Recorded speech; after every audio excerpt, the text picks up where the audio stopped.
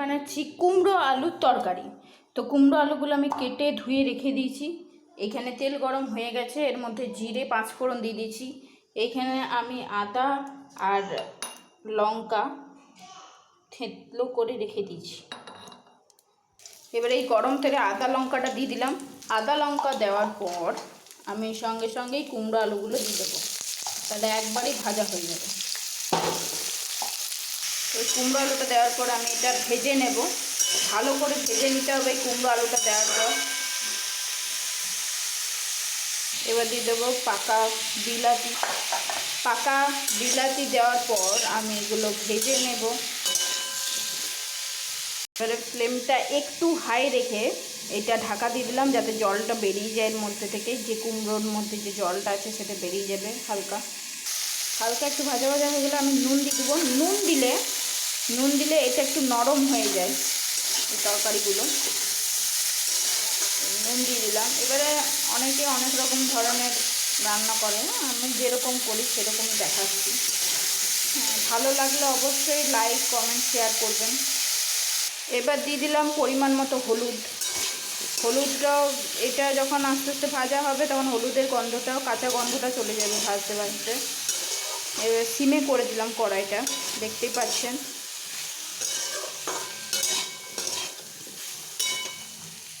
এবার দিয়ে দিলাম ধনে, জিরে, একটু সবজি মশলা আর একটু মিট মশলা দিয়ে এবারে ভালো করে ভেজে নেব।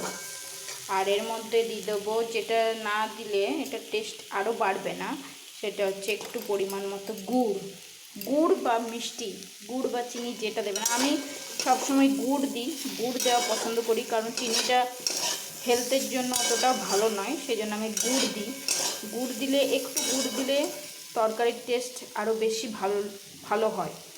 আর এত কষ্ট করে গরমে আমি রান্না করি, সেই রান্নার ভিডিও আমি ছাড়ি, কিন্তু কেউ লাইক কমেন্ট বা শেয়ার কিচ্ছু করে না, সেটার জন্য আমার খুবই খারাপ লাগে। যে কিছু করার নেই, আমার মনে হয় যে না, এরভাবে করতে করতে হয়তো একদিন হবে, সাবস্ক্রাইবও বাড়বে। যদি আপনাদের ভালো লাগে অবশ্যই লাইক কমেন্ট শেয়ার সাবস্ক্রাইব সব করে রাখবেন। এবারে একটু দিয়ে দিলাম ভাজা মশলা আর কসুরি মেথি। ভাজা মশলা আর কসুরি মেথি দিলে এটা টেস্ট আরও বেশি ভালো লাগে। আর এটা যেহেতু নিরামিষ, সেহেতু এইভাবে করলে কুমড়োটা টেস্টি হয়। আমি খুব বেশি মশলা দিই না, যতটুকু লাগার ততটুকুই দিই বাস। তারপর এটাকে ভালো করে আস্তে আস্তে ভেজে নেব, তারপর জল দিয়ে দেব। এবারে জল দিয়ে দিলাম, জল দিয়ে এটাকে একটু জোরে করে ফুটিয়ে নেব, তারপর একটু সিমে করে এইগুলো একটু সিদ্ধ করে নেব, তারপরে এটা বেশ মাখো মাখো করব। এই যে আমার তরকারি রান্না করা হয়ে গেছে, একদম মাখো মাখো তরকারি।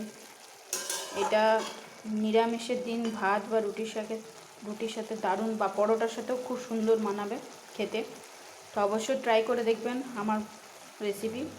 যদি ভালো লাগে অবশ্যই শেয়ার সাবস্ক্রাইব লাইক অবশ্যই করবেন। ধন্যবাদ।